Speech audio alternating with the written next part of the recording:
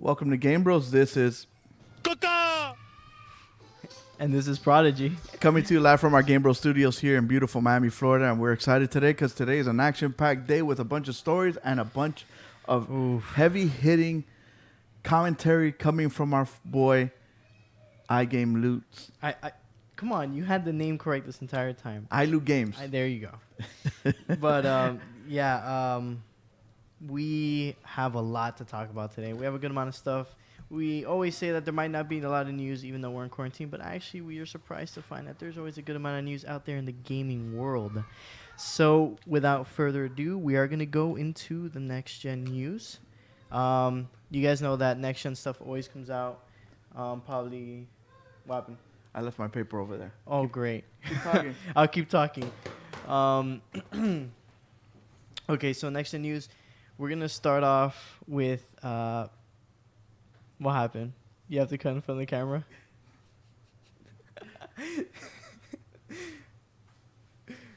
Do not knock the camera. This guy...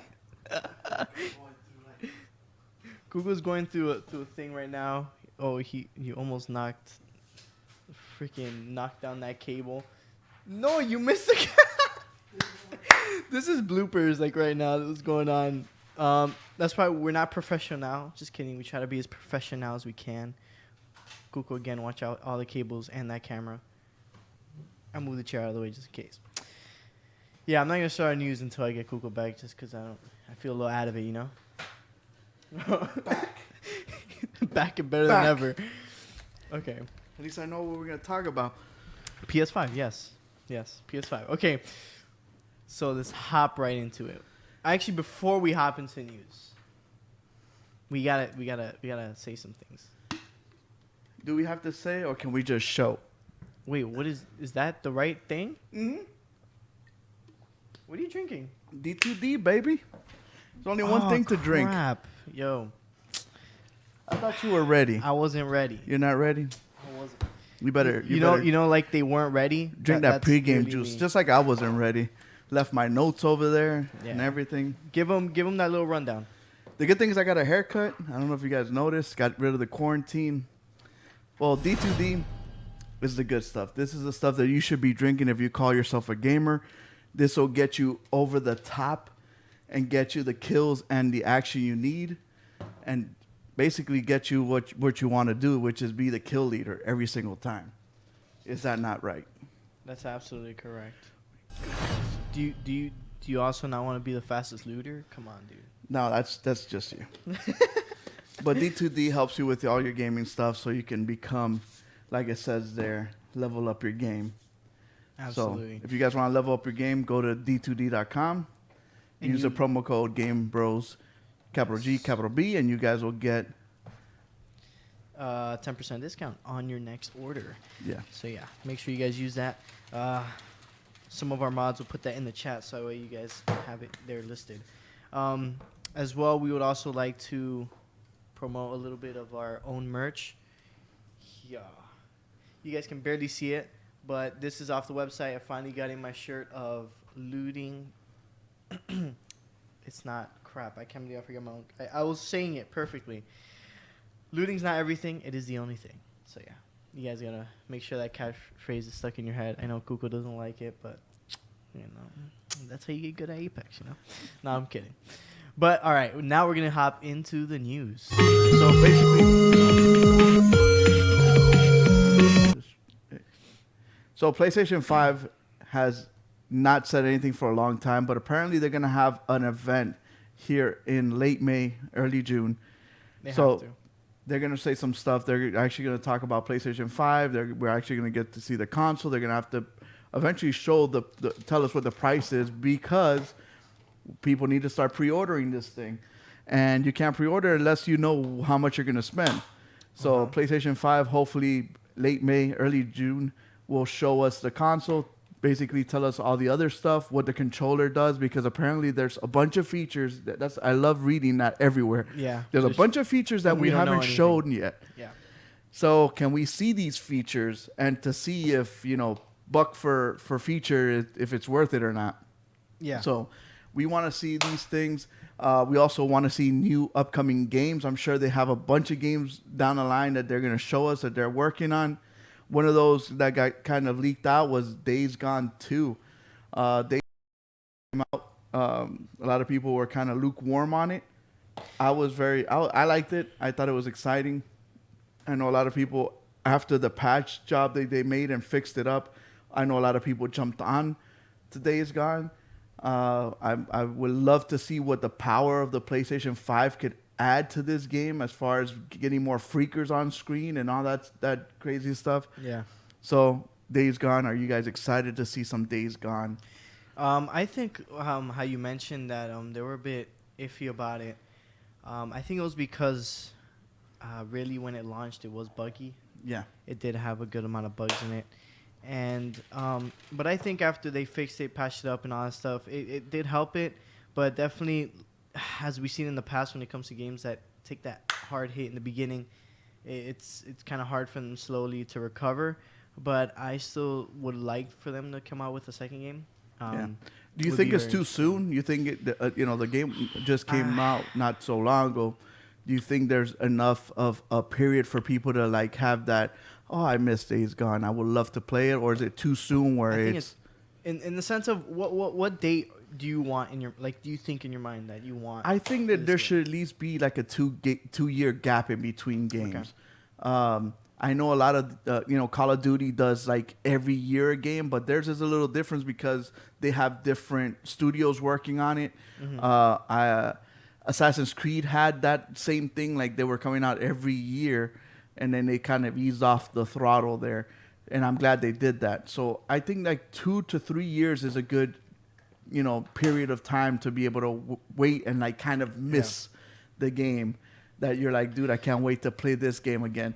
Kind of like Last of Us 2. It's been like almost 7 years since the last one came out.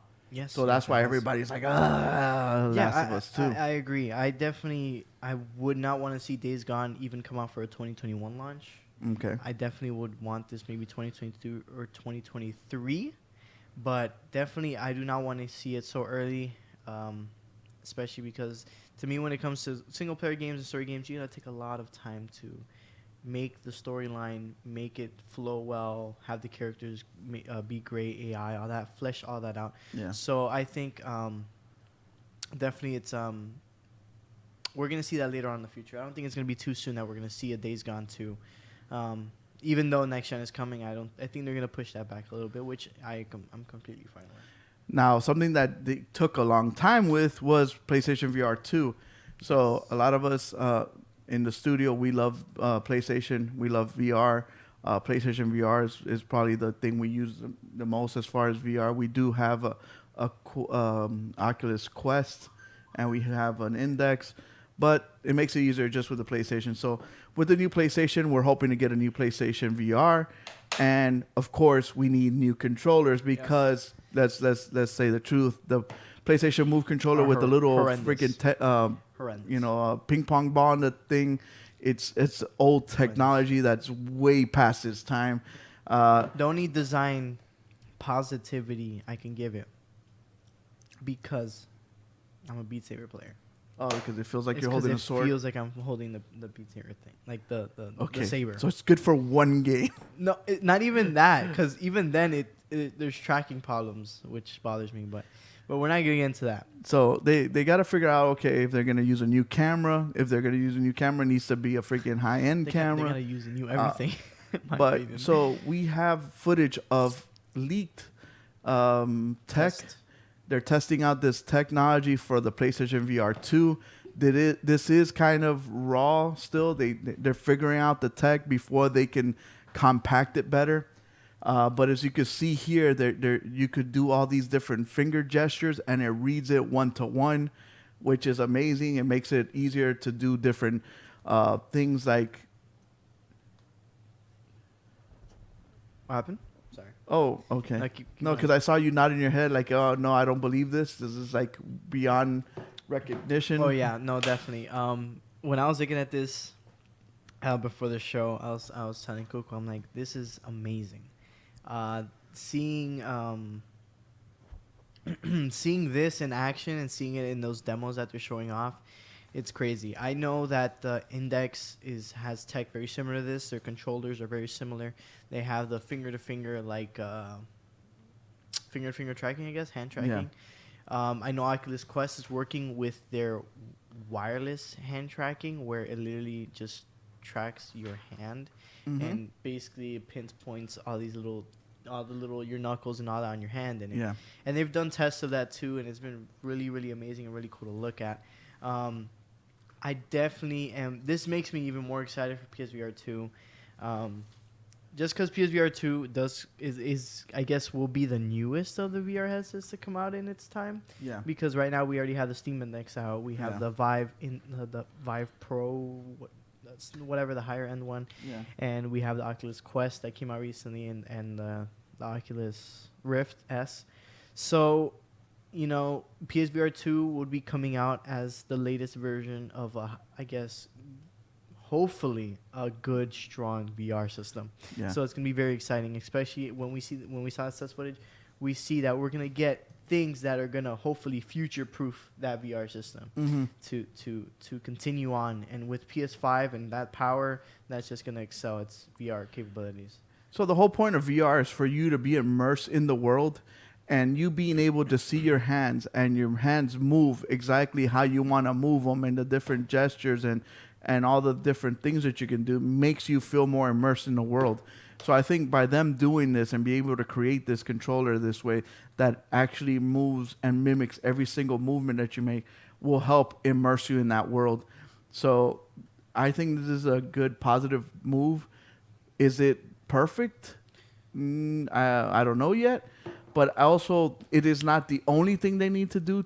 I feel that they need to do more things to make the PlayStation VR more of a household name that people want to jump on. They need to improve the screen quality. They need to improve the camera, the tracking, all those things. But this is a great movement, though. This is a great move forward.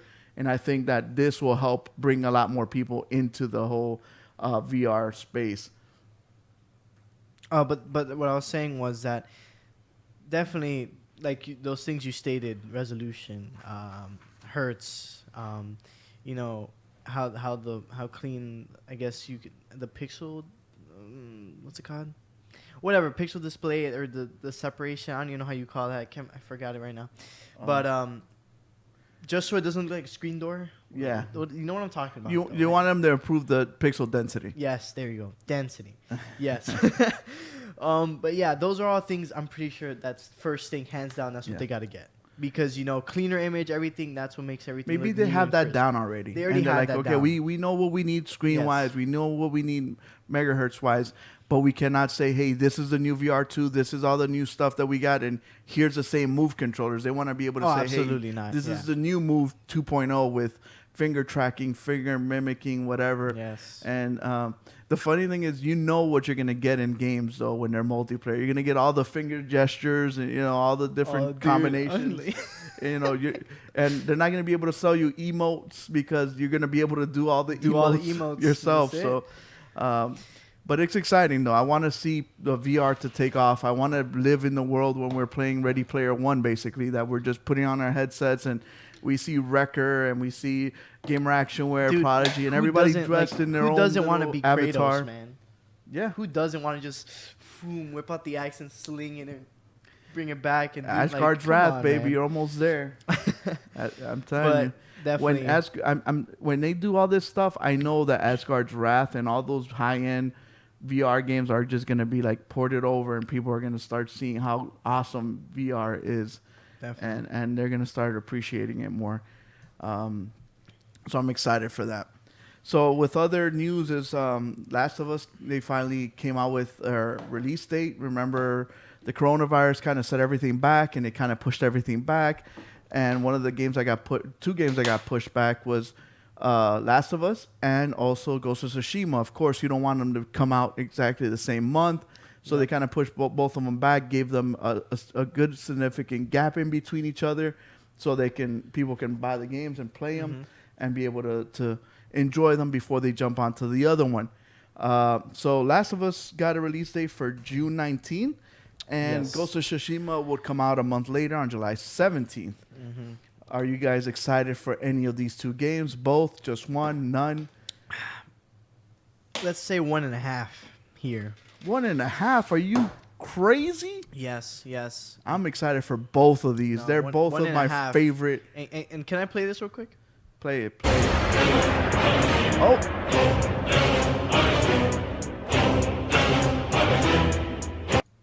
First time ever. First time ever Prodigy's gonna destroy the motherboard here. Let's hear it. Let's just settle base here. You guys know that Last of Us 2 Part 2 got leaked. There was a bunch of little scripts, some story missions or whatever got leaked. We're not gonna talk or overview any of that, go in depth any of that. Me and Kuko and I both did not read any. Stayed away from it. We want to stay away from it. So we also want to keep you guys away from it. If you guys want to do it, I want to keep my mind as virgin as possible. Yeah, for if you guys want to do that in your own leisure. But let's just say Wrecker told me little insights, but not any of the leaks, just insight from the leaks. And what a lot of the leaks were kind of talking about was that some of the stuff that was being discussed here in the missions and a lot of stuff had to be related to the main villain of the game.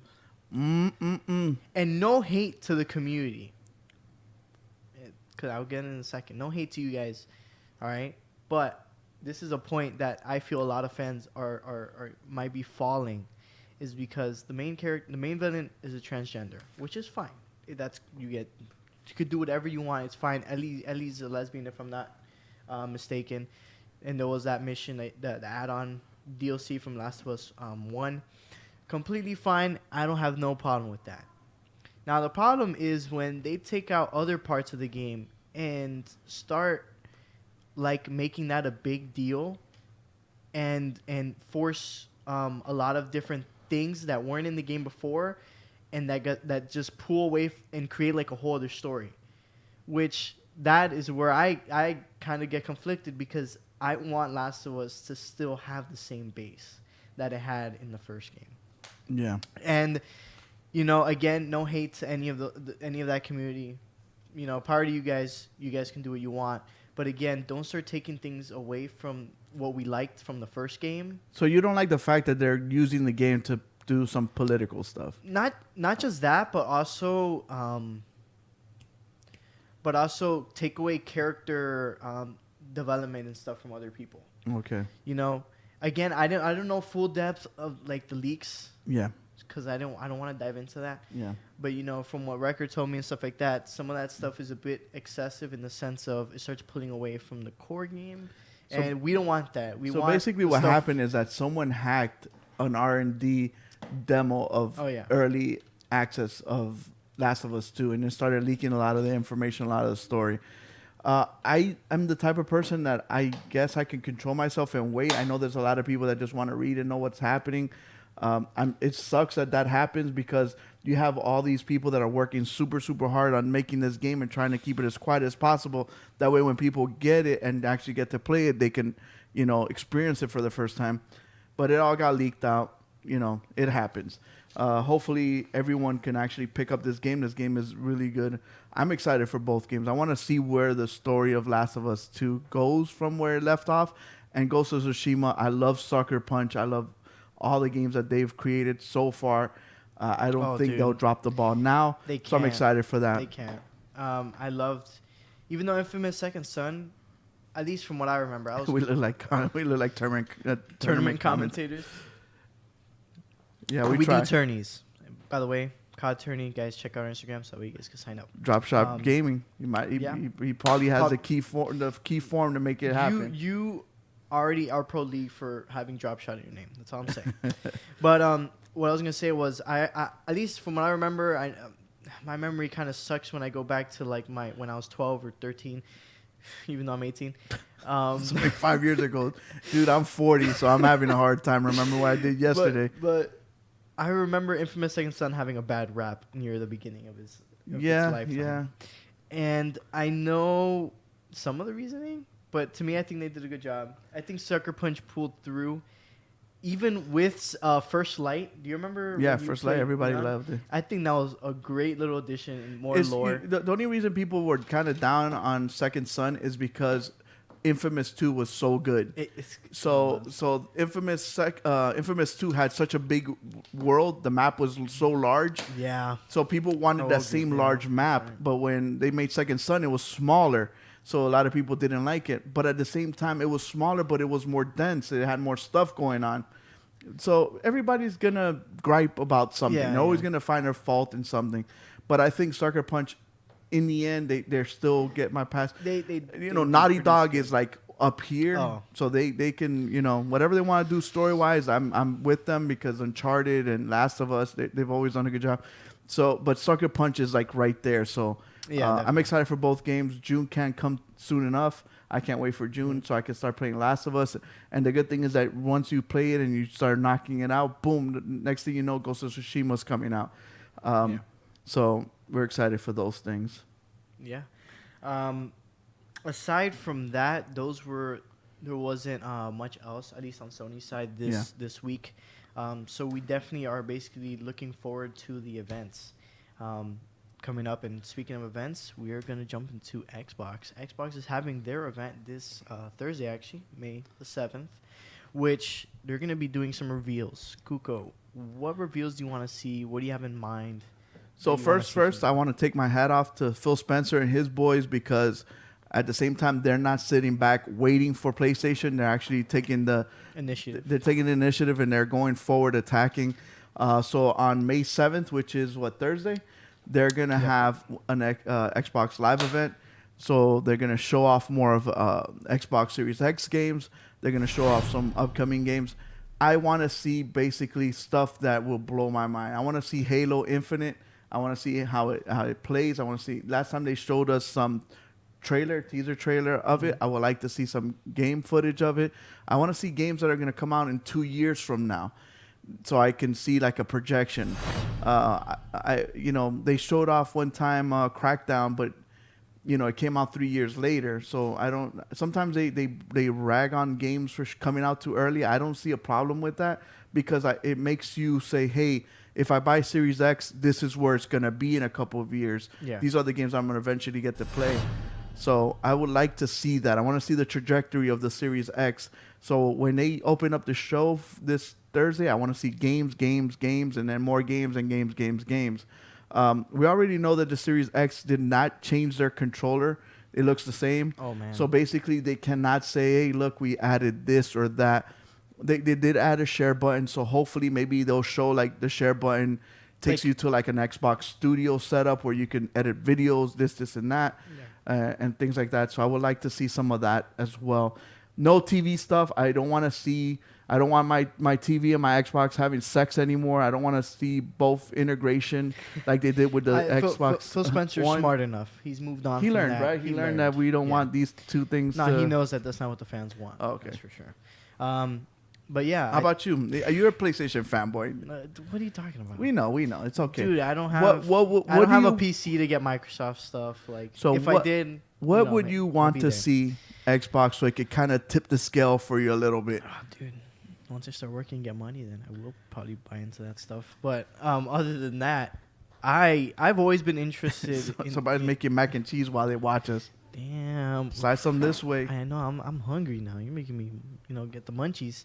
But I just want to see games. I really want to see games that are strong, good, new IPs, hopefully. If they whip out any new IPs, that'll be amazing. and You know, stick to them like Scalebound. They yes, showed Scalebound 1 year and it went away. and it went away. So we need no more Gears. We love see, show us Gears, but also show us another thing. yes, absolutely. I think that's what Different they gotta do. And genres too. It can't be just back shooters. in E3 last year when we went to E3 and we went to their conference last year, Mm-hmm. when they showed off all those new studios they picked up and all their new indies and all these new little games, I think that was a great step forward. Them picking up Double Fine was a really good step because that studio is very good. Yeah. They have really good games. And I think that they just got to expound upon that, get new good games. But like I said, right now, I think Phil Spencer, this is his turning point right now with the next gen. I think he can pull out a lot of good stuff moving forward. But again, like I said, and like you've been saying, we just want to see games because, again, that's what we're going to be playing. That's what we're going to be doing. We're going to be gaming. And if it says, like he said, that he thinks that this is going to be a leap, he said that this generational leap, it will be greater than the leap between 2D to 3D. Yeah. That's a huge leap that happened. So if he wants that leap statement to happen, he needs to make it happen. And he needs to show us good games, new games, things that we didn't know we needed. Then when we see it, we're like, I need that. Yeah. And that's usually what makes you kind of like, when Uncharted first came out, you're like, I didn't know I needed that. And then you played it, and you're like, dude, this game is amazing. Yep. And I think that's what Xbox is lacking right now. They're lacking those first-party IPs that are different above and beyond the rest. Halo's awesome. Gears is awesome. But and then it stops there. And I think it can't stop there. Will of the Wisp is awesome. Forza's awesome and all those things. Sea But of we Thieves, need bro. more. What are you talking about? Sea of Thieves, I think, had a good concept. I think But the I legs think they kind of dwindled, but they grew back. But the community, I think, already left it. So That's the thing with some of these games. When they come out, they need to be heavy hitters to kind of keep the community there. Because if the community leaves and then you start playing, there's no one there. Kind of like what happened with PUBG and bots. They started adding bots. Now the community is up at arms because they hate the bots in the game. Terrible. Which we talked about last week. I don't think that would help a game. So when they come out with a game, they got to support it. Make sure that it comes out of the gate really hard and strong. That way the community could latch onto it and not go away. Let's not be too mean and bring up Crackdown 3. But that game's never happened. So yeah, but sadly we are gonna still stick to some sad news. Kuko mentioned it earlier, man. No new controllers. Whoa, what does that mean? Lawsuits? For some reason, their Xbox is going through some lawsuit issues. Some people have tried to sue Xbox because they say that Xbox knew that the Elite controller, not the regular controller, but the guys. Elite, This is the $300 one or $200 one, 180, $200. Kuko is It's because I was thinking going up there. He's thinking of scuffs and like maxed out scuff controllers for every option. That's exactly what I was thinking about. So the Xbox Elite controller, which to me is one of my favorite controllers, I think they did a really good job building them. Yeah. But apparently they knew that they were going to have drifting problems with this controller. That when they tested it, after testing it for a long time, the controller would just drift on its own. And they continue selling it like that anyway. So people are trying to sue them and try to get some of their money back. Or what do you sue for, $200? Or do you sue like, my heart and my mind, I need $1 million? Like, what's up with that? But they're trying to, class action lawsuit against Xbox for this. Before the show, I asked you, I was like, what lawsuit? What? For a controller? What? And then you're like, oh, yeah, it's because they knew that they had drifting or whatever. And I'm like, huh. But in my mind, I thought the same exact thing you said right now. I'm like, how much would you even sue them for? Are you going to get your money back? Like, I understand it's like a $200 controller and you expect it to be the best of the best. But again, I don't know how much you can actually get for that. And then Xbox, when does Xbox say, here, dude, here's $200 and here's a new controller? Just so I don't want this to go public. I'd rather, why didn't they just contact like Microsoft support? Yeah, just keep it like here's a new controller, here's your $200. Because you know how people I don't want this to get out. They want to make a show out of everything. Yeah, I'm the one that sued Xbox. Look at me. Yeah, exactly. But definitely, I don't know about that. Again, I don't think that's a big problem. Again, that wasn't a big problem for these guys. They had terrible. Their drift when that came out was a big problem. A lot of people were calling it back, but Nintendo took care of it, and I'm sorry, everybody but just keeps quiet. you guys could call me a Nintendo hater, but dude, those controllers are horrendous. They're the worst controllers I've ever seen in my life. The nubs suck. The triggers are garbage. They don't last too long. It is. I will say I want to know how long do they last, because I've had an OG like, Switch, and like a month later they were all broken already. It's what's it called, bro? What do we call it in Spanish? Oh, Mickey Mouse. Oh, Mickey Mouse. So Mickey Mouse controllers. And it feels like every time I use it every day, and every time I use it, I can always tell. I'm like, I hate it when I press the D-pad. I love the Vita, but I hate the Vita buttons. Like the little tiny little button. Maybe my hands are so big. Your hands are big. You got big hands. But dude, like, come on though. Like, but yeah, I don't know. It just kind of burns my motherboard. Yeah. Give us 1 second. We'll be right back.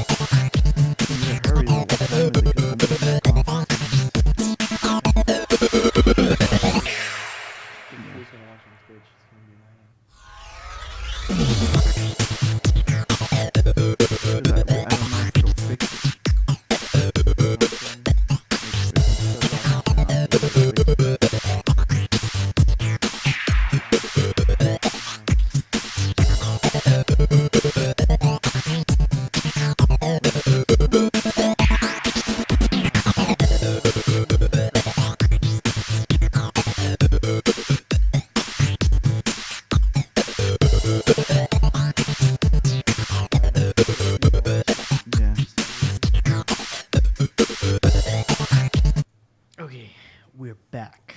All right.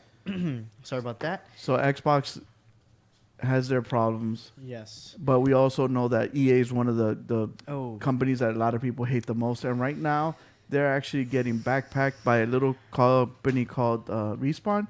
They're actually just said, EA, jump on my backpack, and I'm going to carry you. And one of the games that helped them with the backpacking was a small, little, tiny game called Jedi Fallen Order. By that, I'm being sarcastic. I don't know. People might take it the wrong way. I love Jedi Fallen Order. It was one of my favorite games that I played that year when it came out. I think I'm like 2 trophies away from the platinum. I got a 100% one world that I have to go to. The game was amazing. So of course we talked about it maybe 2 shows ago that they're actually gonna make a trilogy out of it.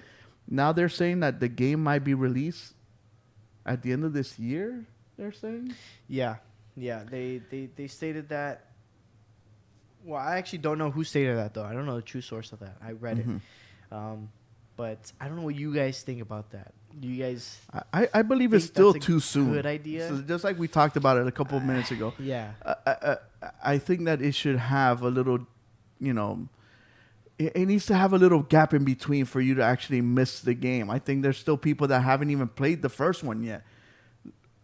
That I think would, but if they feel, that's the thing. I think that EA is just like, Respawn, save us. We don't have nothing. We have Madden, FIFA. I think EA is getting a little desperate here, in a little sense. But what happens is we might have the whole Dead Space effect. Dude, that's what Dead Space was awesome. And then they're like, they got desperate, and they're like, we have no other games, so let's make another Dead Space, and let's make Dead Space 3. And then when Dead Space 3 came out, it looked like it was rushed, and it didn't work. Dead Space 3 was horrendous. But I agree with you there. I think they got to hold off. Hopefully they that don't statement's have anything fake. else in between. But they got to wait. I think, dude, if you're, I don't know, man. If you're an executive of a freaking company, you got to think about this smart as you can. They got to wait, man. They got to wait because really, if you whip out something nasty, which we're going to get to that in a second, they really have to just hold true to their cards. Let Respawn, first of all, continue Apex throughout. That's right now their live source. Just ride the horse. They could have came out with some DLC and gave Jedi Fallen Order a little bit more legs. Even that would be good to bring people back to the game, kind of liven up a bit. Or you know what?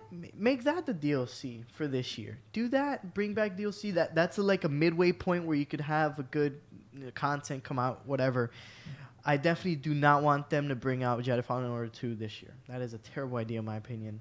And I hope the execs know that, that they don't bring it out and rush it, because the worst thing they want to do is rush a good game that they did very, very well with this year prior. But definitely, I guess on the topic of Star Wars, Battlefront 2 is released their last content drop actually this week. If you guys don't know, they brought back Scarif. Scarif was a DLC in Battlefront 1, but it's the Rogue One map that they brought back. And they added new skins. They added Darth Maul with robot legs, which you need an outrageous 500,000. Wrecker, if you please correct me, because we're trying to grind for that. You need like 5,000 or 500,000 or kills real money with no, that's the only way to get them. Oh, you can't. Okay, yeah. And then no pay to win this time. Oh no, EA, they've learned. Job. They've definitely learned. And if you guys want to get the race skin, look at our Instagram. Record and I did a little playthrough of how to get that race skin as well that they added. Roger Ortiz says, "Join my Clash Royale clan." He's desperate. It's okay. But what was I gonna say? Crap, I lost myself now. So okay, grinding for the Darth Maul. Yeah, okay, yeah, but he's worth it though. We announced last week that look, he looks like he was hooked up with our boy Octane over there. Octane got his legs. got his legs back. Say, hey Octane, let me get 5,000 kills. Yeah, and it wasn't 500,000. It was 5,000. But that's still the righteous amount of kills. But yeah, okay. Besides that, not now because they got a bunch of bots. There's no bots. There's no bots. I don't know where you got that from. Okay. Were you playing Instant Action? I don't remember. I was playing with Lord Infamous. He probably put Instant Action by accident, but whatever. So what I was going to get into is that this week they announced their last drop, and that's it. We announced last week that Battlefield had their last content drop, which was the Jungle Season 5 that's coming out in summer. That's going to be their last update for Battlefield 5. And Battlefront 2, this was their last update this past week. So, holy crap, EA's basically dropping everything. They're dropping all their people working on different content for the games that they've had. So they're trying to shift their company over so they can start working on new games. And what are they working on, Kuko? What are they working on? What is the meat of that EA had back 10 years ago? A bunch. Back a couple years ago, EA had a lot of different companies. 10. What is the game 10 years ago? 2010. Battlefield Bad Company? Leaks have it that... You're kidding. That's the wrong video. Did you not put it? Oh my gosh, you didn't put it. It wasn't on the thing. Yes, it was. But I had a Battlefield Bad Company 2 trailer from 2010. Okay, but wait. So they have been leaks of this? How come you didn't? Another thing you kept from me? What's going on here? What do you mean? Next Battlefield announced for 2021. Yeah, but it's next Battlefield game, but not a Bad Company game. It's gonna be Bad Company. Mark my words. Prodigy Dama saying it here live on the show. It's Battlefield Bad Company 3. dude, if that. They do you know how much I've said it on the show that they need this? Well, you've been saying it since 2010. In order for them to revive. But still, they can't just sit on one game that's going to come out 2 years from now. They need to make something happen now, this year.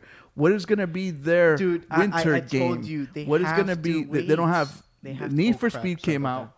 Need for Speed came out already. So what? They don't have a racing Dude, game I'm coming telling out you, soon. They have to, I already told you they gotta wait, man. They have to wait. Are we gonna get an Apex 2? We need to ask. Are they gonna have an Apex 2 for have an Apex 2 for That's the like- new console? That's like asking Rainbow Six if it's gonna have a Rainbow Six 2. It needs to. No, it's Hey, not. people said that about Fortnite, and Fortnite No, 2.0 no, came Wrecker. out. We don't need a bad company. Oh, actually, reboot. My bad. I heard like a remake in my mind, and no, we do not need a remake. We need a new game. It was Battlefield 5 was iffy. Battlefield in the 5 was good. but it was good. I think they saw the problems Battlefield 1, worked on it, and made Battlefield 5 better. But to me, Battlefield 5 is still not what the fans want.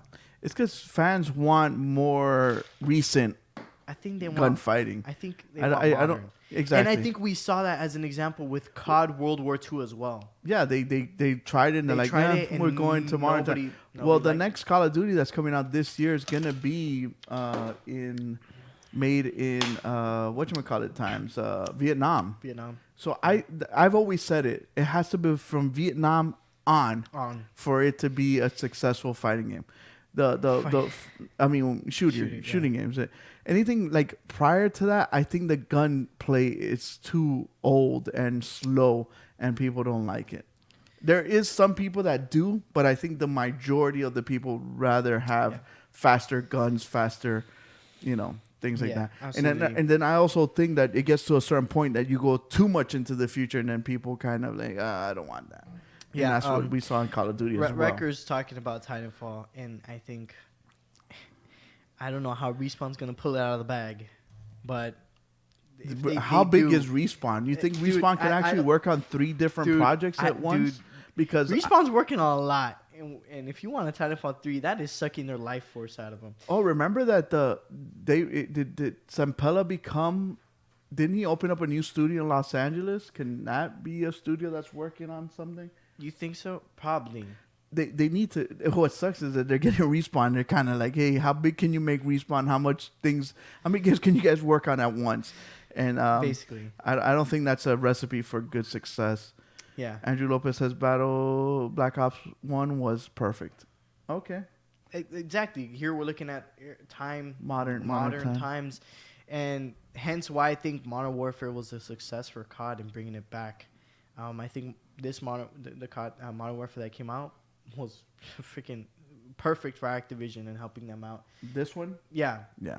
Because they nailed it. It brought it back to the roots. It brought people back to some OG stuff. So they definitely, I think, like I said, the reason why I put that Bad Company 2 trailer but didn't get shown is EA needs to go back to their roots, man. They got to go back to what people loved about their games. And I definitely am predicting. EA, write this down. 2021. I better see a grenade with a happy face rolled in as a teaser trailer. And that's all you need. I said it a million times. Yeah. All you need is just have that little grenade just roll, and then just stop in the middle of the screen and just a little happy face fall down. That was the first shooter I fell in love with back when I was like 8 years old. So you better freaking bring it back. You were 8 years old playing shooters. Hey, we don't talk about me stabbing people in the back. All right. Jumping into the next one.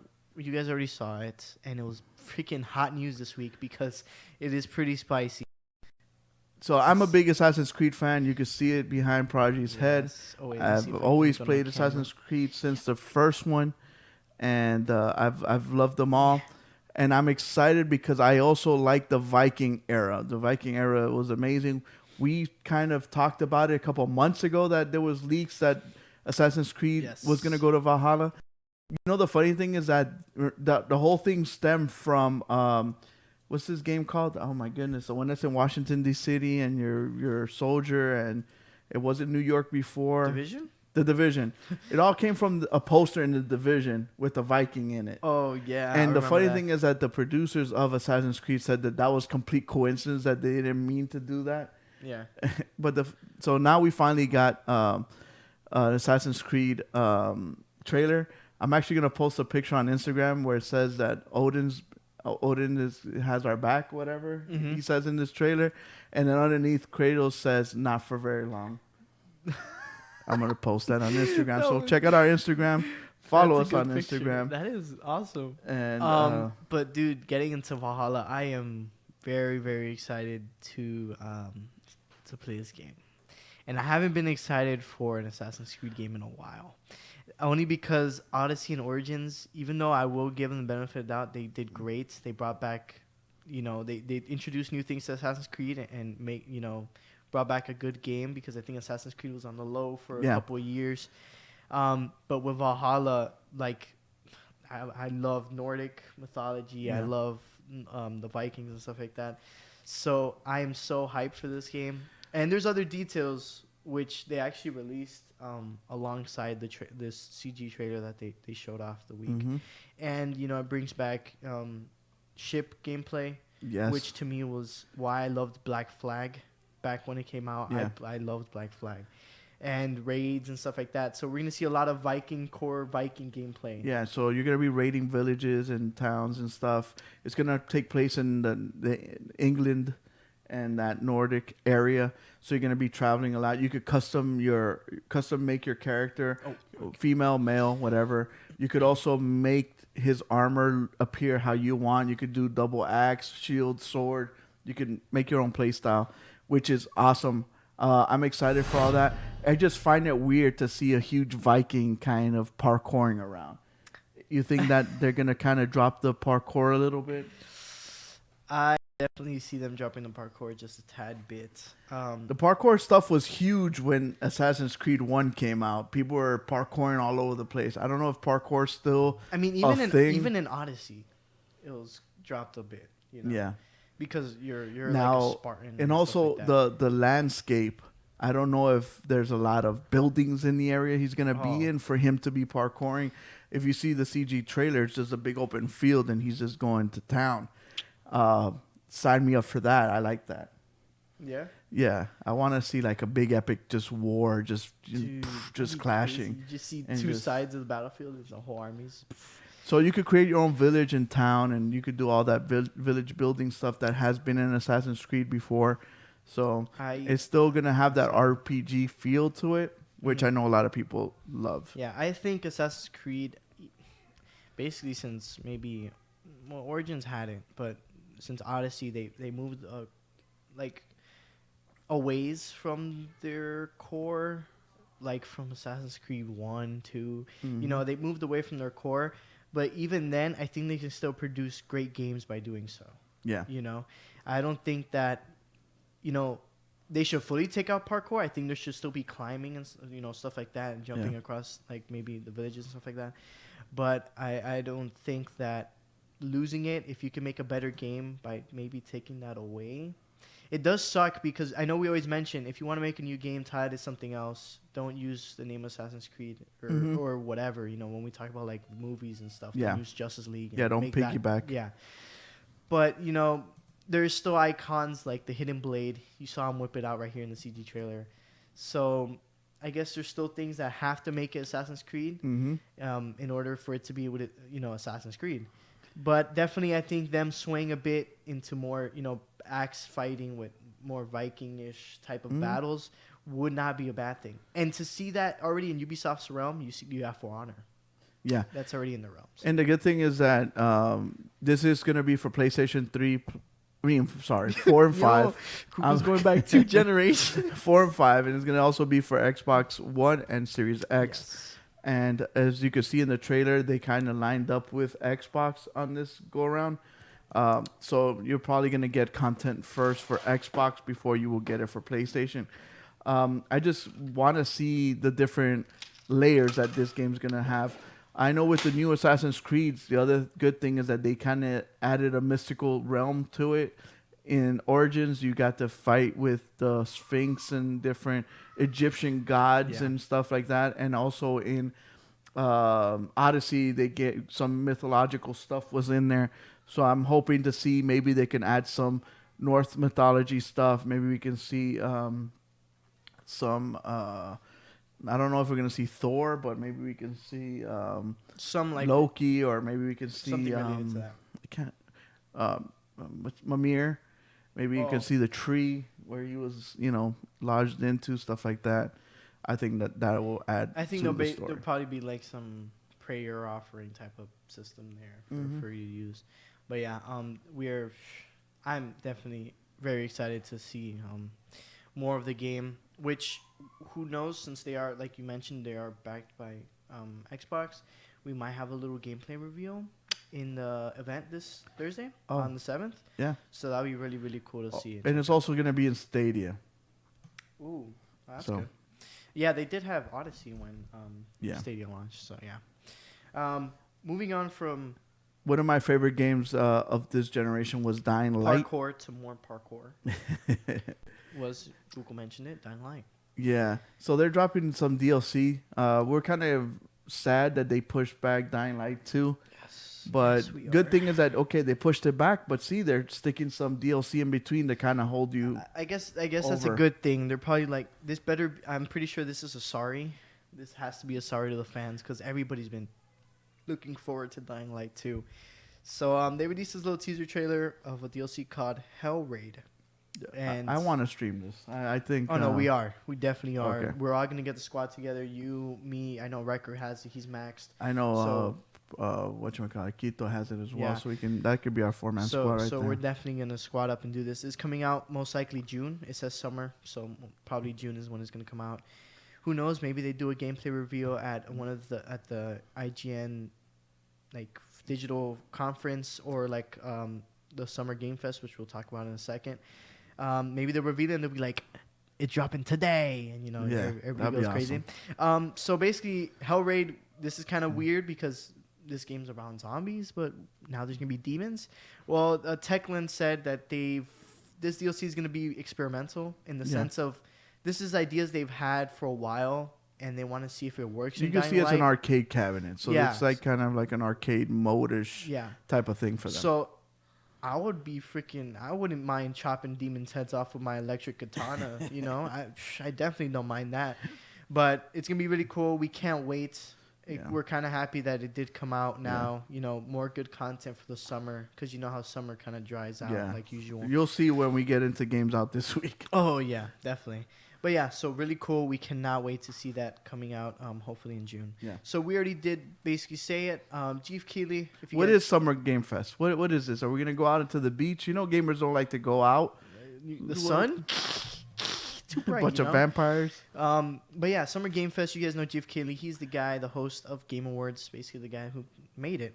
And he announced Summer Game Fest is going to happen, which basically throughout the summer he's going to hold little digital events and stuff, announcing games, showing gameplay trailers, showing heavy hitting stuff. This is going to go from also demos. So he's talking June about to different August. Trying out games and stuff. Yeah. So I'm assuming the only way you could do that is by dropping demos. So all summer long he's going to do all these different events. That's a great thing. Because without E3 and having a lot of go to play gaming and try events. games, without them going to go and play the games themselves, they have to have a way to get out. So imagine we lost E3, we lost Tokyo Game Show, we lost Gamescom, which is huge for Europe, and then Paris Games Week. So there's a lot of gaming cultures that are not going to get to see new games or try new games. So this is an awesome way. To fill that void. So I'm excited to see what kind of games we're going to see, what kind of games we're going to get to try out, what are, like you said, hey, it's out today, go get it now type of stuff we're going to get. Yeah, we're definitely going to see a lot of probably dropping today and all that stuff. Mm-hmm. So it's going to be very exciting. That's going to happen from June to August. Of course, we will let you guys know here on the show when they drop the date of the first thing they're going to have. And probably talk about it, of course, and review what they showed and stuff like that. Yeah. So we're very excited. As gamers, all we want is games. So we're excited to see that. Thank you, Mr. Jeff Keighley, for doing this, giving us something to look forward to during the summer. and not keep us bored into the quarantine thing without getting any new stuff. So we're excited to see what they have in store for us, and it's going to show off. From good news to sad news, Evil, of course, is canceled, and it's not going to happen. Or is it? Oh, wait, what? Just kidding. Evo 2020, somewhat canceled for some of the gamers, maybe, because we are saddened by the news that Evo 2020 is taking place online this year. Good, bad? It's good in the sense that it didn't get completely canceled. Bad in the sense of it might lose its players, in my opinion. At least that's what I'm saying. I think that fighting games are probably the only thing that do online. Yeah, it's because if there's any lag, it kind of throws everything off, especially with combos and different things. We saw that in our Smash tourney for sure. Yeah, so I'm sure they're probably gonna have the top of the top internet, but the people at home, are they gonna have, like, how's that gonna work? The peer-to-peer stuff. I definitely agree with you. It sucks because, you know, when it comes to pro, you gotta be in the best of the best environment. You know, you're not gonna be winning when you're lagging or something doesn't register online. Hence why all those tournaments are local. Yeah, they're all in the same place, same time. You know, so again, maybe we might see coming forward, we might see some fighters drop out of the tourney because, you know, dude, I'm not gonna fight and lose my reputation because of who knows a lag that might happen. Yeah. Because internet's not always that reliable, especially now when everybody's on it because of we're all stuck at home. You would think that by now we would perfect this, and we still, like you see right now, we're probably having Twitch problems. Yeah, we're having bitrate problems on Twitch, and that sucks. But like I said, I don't think this. It's good that they're not canceling it. I think they also gotta refund or give back a bunch of tickets. Which actually, that was another thing I read. I think that was for something. I think Anime Expo for LA. If you had a ticket that was scheduled for this year's Anime Expo, you either refund it or you can push it for next year's. Okay. So I'm pretty sure Evo or other conferences might do the same thing. So I guess you're not using anything this year. You're going to have a free Evo event ticket basically because it's going to be online. Yeah. So definitely, again, it sucks, but I guess they do want to make it happen one way or another, you know. So, you know, kudos to them for trying at least. But so yeah, that we got that cancellation and that new news from Evo this week. Moving on to more news. I was trying to segue it another way, but we're going to go into this. Google, can you tell me what I'm looking at here? It's a bit confusing. Is it really? Is it confusing? Oh my gosh. That was perfect time. Yeah. Hello, caller. Hey, it's iLoot Games. What's up? Oh, the man, the myth, the legend. What's going on, guys? No, nothing much, man. You know what's funny? You called in perfect timing. Like, it was perfect. We just showed right now. We're showing the vault for Loba. You know, when you go inside the vault and you touch the ring, and it teleportates you to this corridor. Yeah, it's one of the best teasers I've seen. To be honest with you, it's pretty amazing. Yeah, I think they did a great job. First of all, I love the little the spray, the hollow spray that they put inside the vault, where she's like, "You want to come get the loot? Well, you got to come to me. Come get it."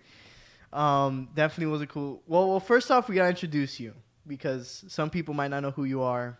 So how can they not know who he is? He is world famous. I don't know if he expected to blow up the way he has blown up. No, I didn't. But yeah, well, iLoot Games, guys, he's, I guess, you know what? You say it yourself, so that way I don't put it in, like, weird terms, I guess. Like, what you do. I am an Apex Legends content creator, data miner, and I just enjoy the game like you guys do. The reason I started data mining the game is not because that's what I do. I'm not a data miner necessarily. It's just I enjoyed the game. I wanted more content, and so I dove in to find more content. And that is pretty much where the iLoot games came from, because I decided, you know what, instead of just playing the game and enjoying it as much as I do, I want to be a bigger part of the community. I want to partake in it somehow. And so what I did is I created iLoot games, and now I find stuff, I share it with the community, and I try to get myself hyped up along with everyone else hyped up about what content's coming and enjoying the game, and hopefully that player base is just always entertained. Yeah, yeah. Prodigy and I were talking before the show when we were setting it up. I wanted to ask you, how did you first get started in data mining? Like, do you need a special program, or you just go into like the programming of the game itself? Like what made you, like, you were eating lunch one day and you're like, dude, I want to loot the looter shooter. I want to, you know, the game that everyone loots 24/7. I want to loot it. I want to go into its death box and find out what's coming out.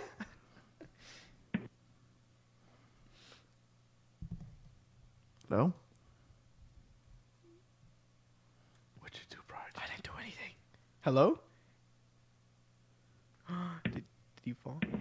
Hello? Oh, sorry about it. Can you hear me now? Yes. Yeah.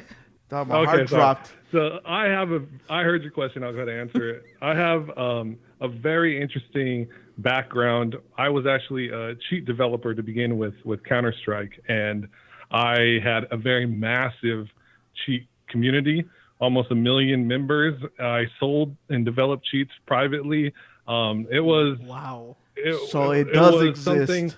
This whole time when I felt like, man, he's cheating, and then, no, they don't exist. They do exist. They do be cheating. Oh yeah, they exist. They exist in mass numbers. But eventually, I kind of got to the point where I was like, you know what, things were sort of taking a different route, because I also had a security background, and so I was starting to use not just my cheat development skills, but I was starting to use my security background, and I was sort of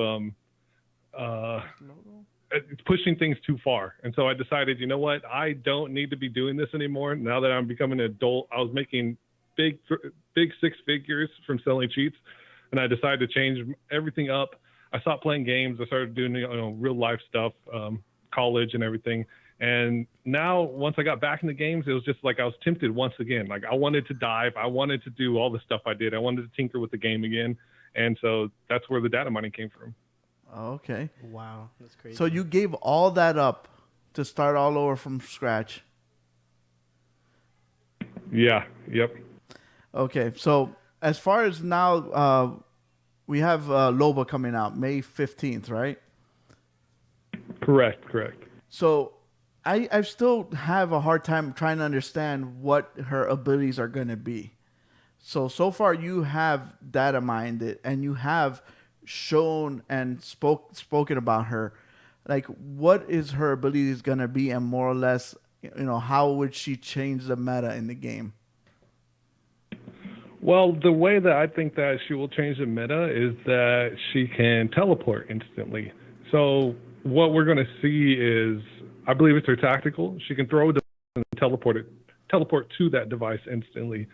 So whether this is a big change, because it's going to be somewhat like Wraith, but it's also a mix of Pathfinder, because you can get to areas that you couldn't get to before. Yeah.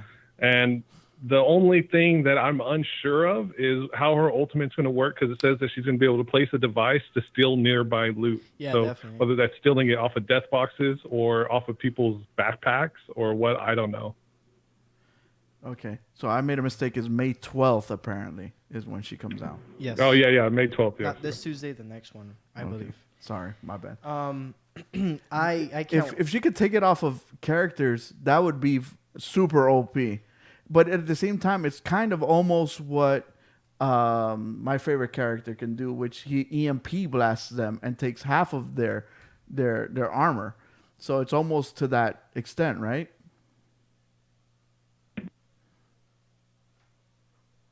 Crap, cut off again. It really depends. We don't know if it's going to work necessarily like that, or if it's going to work like it steals loot from the area, as in, okay, you're looking for a shield. She places the device, and you can go into the device, and it'll show you like maybe all the shields in the area, and then you can just pull them out of the device instead of actually having to go and loot and find them. I'm not sure how it's going to work. So it's really, she's going to be a support character for sure. That's what's going to be cool. Imagine putting a thing down, another support character. You put something down, and all of a sudden you teleportate into like a vault that hasn't been opened yet, and you just get all the gold and purple armor, and you just come out, and you're like, you're all kitted out. Thinking very eccentric here. I don't think it's going to be that OP. Yeah, it's not going to be that strong. But I agree with what Ilud said. He said that it's going to be very cool to see a support character, because I think Lifeline being the only one right now leaves her, I wouldn't say, I guess, out there, but because I think we need to see more variety, when it comes to all these classes, if they really want to implement and make the classes an important thing. So I'm definitely excited to see Loba coming into the game. When I hear loot, man, I get excited. That's for sure. Yeah, same with me. I'm a loot goblin myself. Oh, you are? So we're going to have to send you our shirt that Prodigy's wearing. It says, looting is not everything. Looting is the only thing. The only thing. You're 100% right. Like on a lot of my streams, will just turn into me running around looking for loot. I've noticed it. I've noticed it. So the shirt is him looting a gold death box while the other characters are fighting in the background, because that's exactly what he does when we're playing. Hey, we're fighting, and he's like, no, I gotta get my barrel stabilizer, and I need to get this. I'm like, dude, we're fighting. No. I know those feels. I'm the same way.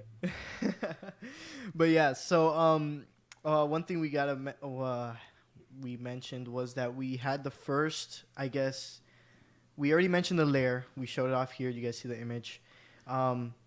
Basically, this was what phase are we on now of the teasers? The teasers hopping into the map. The next one will be phase 6, which is the last one, and that comes out on Tuesday. Okay. I got a question for you. You know the map. Where's that? I always tell you. It's right next to Epicenter. Oh! I knew it. You're gonna ask him this question. I have to, because he's gotta settle this for us. It has a name. Next to Epicenter, there's those 3 buildings they added back in season 4. On the top where they have the gun racks. Oh my gosh, I forget the name as well.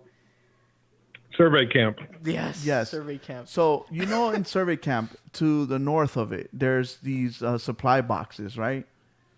Yep. I noticed that before there was no like a box in between them, and now there is. Prodigy says that it's always been there, and I told them no, that box wasn't there before. So like, there's this cargo box that's just there. It has nothing to do with supply bins or anything. It's the 3 supply bins behind survey camp. So I'm telling him that that's probably one of the teasers. Like, we're going to get to a point and that box is going to open up or something's going to pop out of it. So he's asking you this because you were the master with knowing all this stuff. So he wants to know if this cargo box has to do with anything. Okay, so those cargo boxes, I think because they're such just like a random item, I've had so many people message me and be like, "Oh, this one's never been here. This one's never been here. Dude, look what I found." I'm not the only one. I told you. I don't think that they are teasers. I don't know They're for sure. They're just filling in the map so it doesn't look so dead. I don't think like they're gonna pop open and a raptor is gonna pop out. I don't think anything's gonna happen with them. So I don't know if you know this, but I think Apex watches our show because we talked about. I had the idea of when you drop with a Peep 2020 and Shield, and then 2 weeks later they came out with the event. So I told Prodigy and Kings Canyon, those they look like ant piles, the hives that are in between, like so my idea. The prowler nest. Okay, see, I told you. So if those prowler nests, if prowlers would come out and attack you, I think that would add so much to the meta. So you're there trying to loot, and all of a sudden prowlers come out of those things, and you got to fight them. Do you agree with me, or do you disagree with me? Well, what's interesting is I was actually talking about that when we found all the information on prowlers prior to them coming to the game. I was kind of like, can you imagine? Like, you don't have to worry about third parties anymore. You have to worry about this giant dog thing coming run across the map and attacking you. But I don't think that's obviously that wasn't what they did. I don't think Yeah. they're going to do that, and it would make it pretty fun, but I don't think that's going to happen. Because I think that the prowlers are something that are manageable to the point where they're not going to kill you. They might give you a little damage, but it'll completely, like, you're just running. Oh, I got to worry about the circle. And then all of a sudden these things start chasing. You're like, dude, book it. Or either fight them. So it would kind of change the game a lot, I feel. Yeah, but I think at the same time you would have tons of pros who have a lot of viewers just complaining about it nonstop. Oh, this Yeah, is for slowing sure. us down. This sucks. One thing I wanted to mention from Deadhead in the chat, he asked, does Loot know about the laptop in labs? They said, of course you know what it is, but I'm a little lost. I don't know what they're talking about, unless I might have. You saw the cell phone, though, right? The cell phone? Yeah, the cell phone's not the laptop, though. Okay. Can you Oh, okay, he's got to be trolling. I think he's trolling. So I get people who message me all the time about the laptop, and they ask, or they'll message me and say, "Look, I found a new teaser.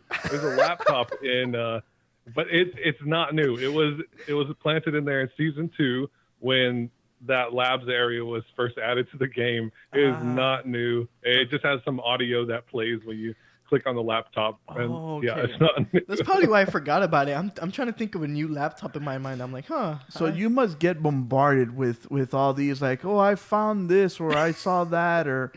Yes, all the time. Oh, that's crazy.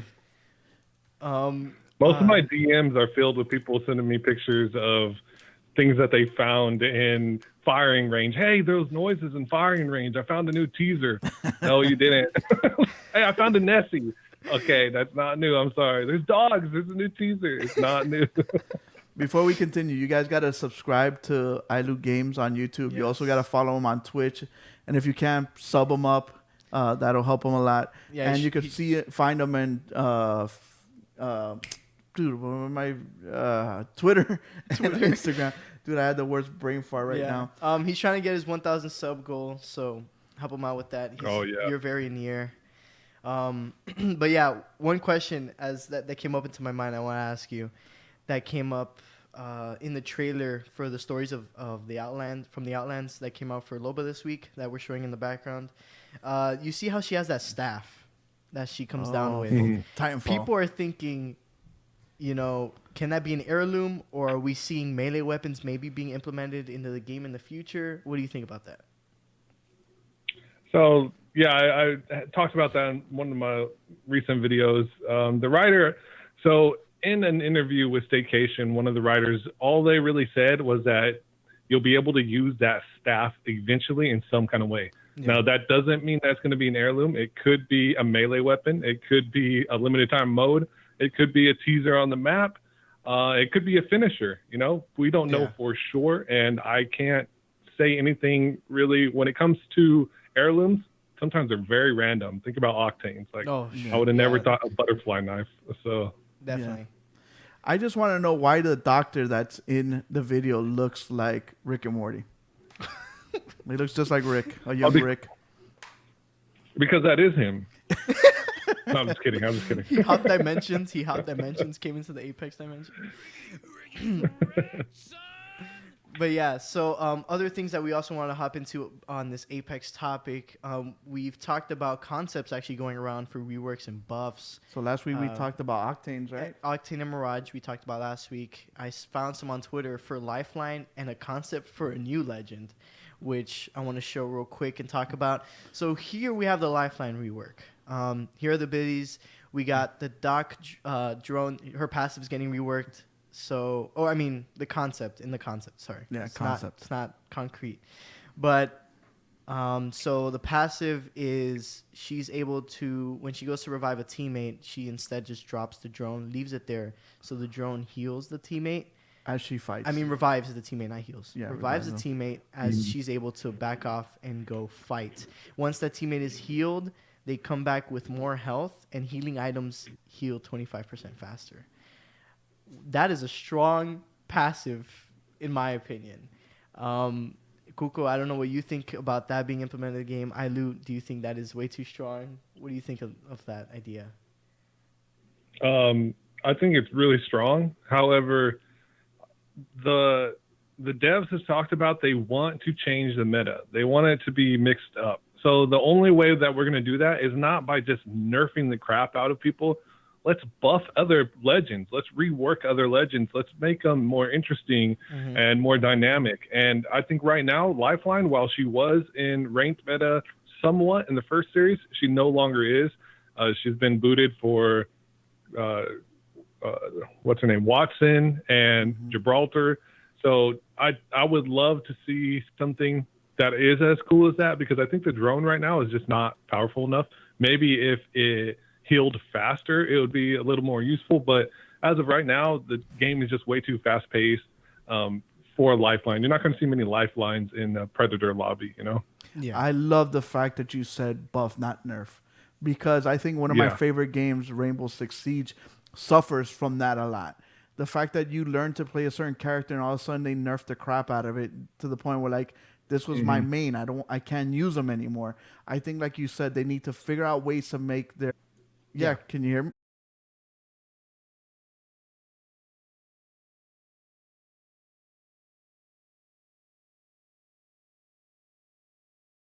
No problem, man.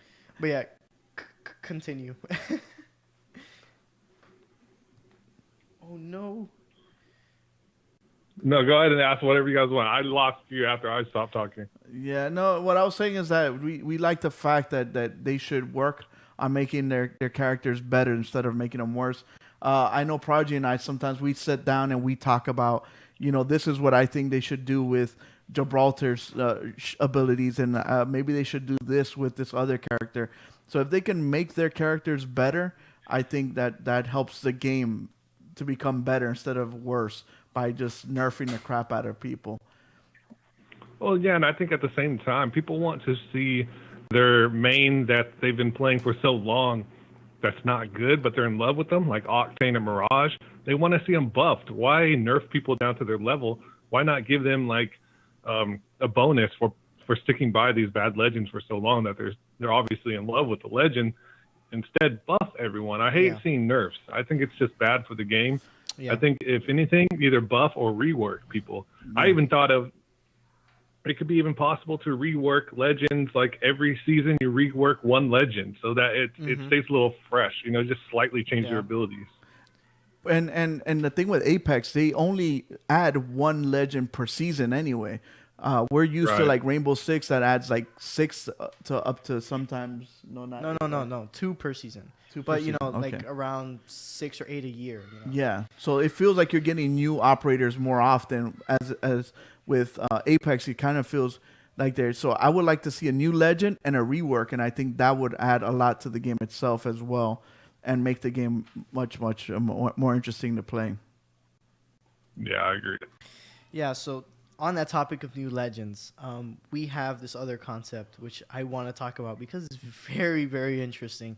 We were talking, or Luke mentioned earlier about how there's only one support, and Loba, it's going to probably be the second support legend maybe. But somebody came out with a concept I saw on Twitter.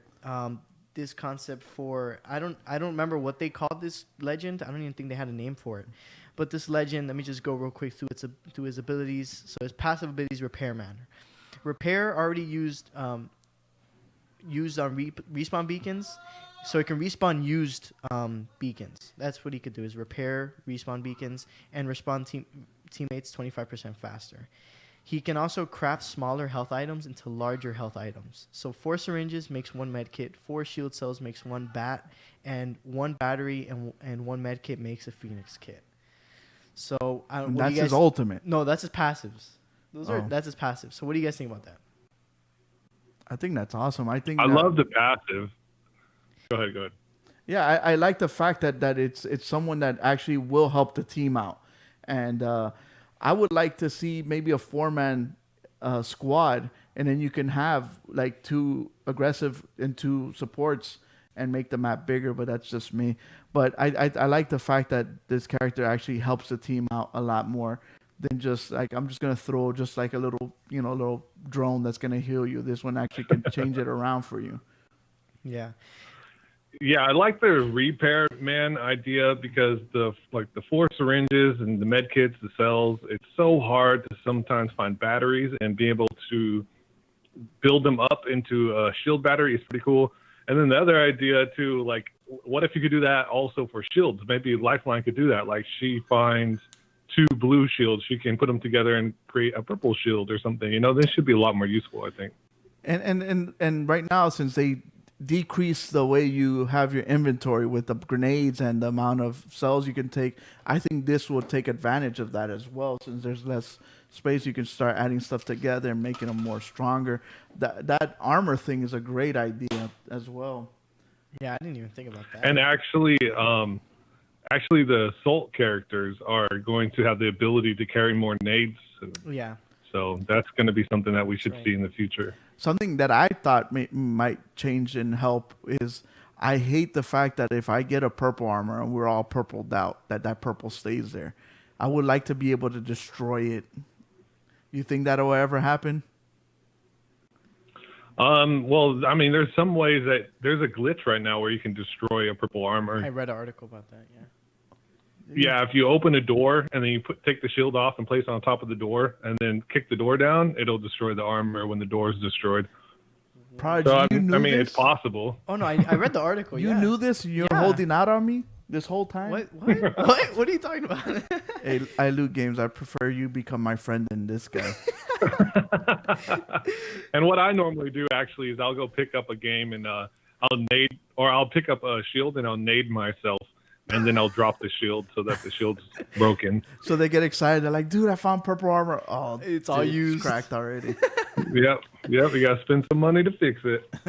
That's awesome. That's cool. Crap, I had a question. Now I forgot. But we're going to go on to the tactical ability of this guy. The tactical ability is called Re-Energize. Fire a laser. If it hits a teammate, they gain 25 shield. If it hits an enemy, they take 25 damage. And you like gain Doc? 15 shield. 25-second cooldown. That's awesome. That's like Doc in Rainbow Six Siege, so you could go around just healing people from a distance. I think that's awesome. Yeah, but this also brings in Overwatch, you got Moira, where she sucks out life and it gives it to herself. Yeah. So, yeah. So what do you? I think I think either something like that, where your teammate can heal you from a distance, is a really good idea, or the ability to do just like Lifeline had that healing ability in the dummies mode, where it would heal the area like that. If something like that would be awesome. That would be a great rework for Lifeline. I'm hoping that happens. Yeah, that was the other thing. I also want to, because I know you're more of a higher ranked player than per se Kuko and I. You're more in the higher leagues. You haven't seen me yet. I don't know about that. You don't know about that. At nighttime, I make it happen. I'll tell you that. But so how is the meta there, and how do you think maybe a rework on any legends would affect it? So I do not play ranked really. I've gotten diamond and yeah, I just don't have a set team that I can always play with that I can really take to that level. I felt that. But when I watch the professionals play, because I know this is like a little clout thing, but I'm a mod for Nicewig, so I watch Nicewig a lot. Ooh, okay. I watch Rogue a lot. Rogue is a really good player. He's one of the top Apex Predators, so I always watch him. And it's pretty much the same people every time. It's the Wraith, it's the Pathfinder, and it's the Watson. So it needs to be changed. The problem is what I see as the biggest problem is Watson, because she promotes camping. And so we see all these teams, what they do is they rotate, take over building, rotate, take over building, rotate, take over building. Yeah. And that, I mean, it gets old after a while. Like, when I think something needs to be, there's got to be a way to cancel out. Yeah, that's what I was going to say. Something that cancels out her Watson. Yeah, I mean, I know Crypto can, but Crypto doesn't have enough to help the team to make Crypto the perfect replacement. Yeah. So. Okay. I also, now that you actually mentioned Crypto, another thing I saw was that an idea of having Crypto's drone follow him as a passive. And be able to scan people maybe, I think it was... at a shorter distance around him? 30 or 8 meters? No, he's still able to use the drone like normally. No, but now he's able to have it. Following him, it just follows him. Oh, yeah, and it can scan at a shorter distance. Yeah, what it was, the concept was to have it detect people in your field of view only. Well, that's actually pretty damn. That's actually pretty damn good. Yeah. That's a good change. One question was, what legends do you see that are underpowered right now that you would want to see reworked? Mirage, of course, needs a rework. I don't think Mirage needs a buff. I think it needs a rework. The Octane is the same way. The jump pad is just too useless. You need to give it a huge change to make it useful. You want to hear an idea? If it could redeploy people, I think that would be really cool. What's up? So our idea for Octane is, depending on how you hit the pad, you get different trajectories and different angles, because most of the time when they hit the pad, it's usually the same consistent trajectory, so you could kind of trail them and shoot them, but you can hit the pad in different ways. Like if you run and hit it, it's a more of a straighter jump, or if you slide, you get a different jump. If you jump on the pad and then jump off of it, it jumps higher, and that way you can create like different patterns for his jump pad. Yeah, I just don't think that's enough, to be honest with you. I think that's still the same issue, is that he doesn't help the team enough. That's the problem with the Mirage. He doesn't help the team enough. It's more other legends, they help the team greatly. To have one on your team, to have a Caustic on your team is amazing. To have a Bangalore on your team is great. Have a Wraith on your team, that's great. It's like all these legends, you want them on your team.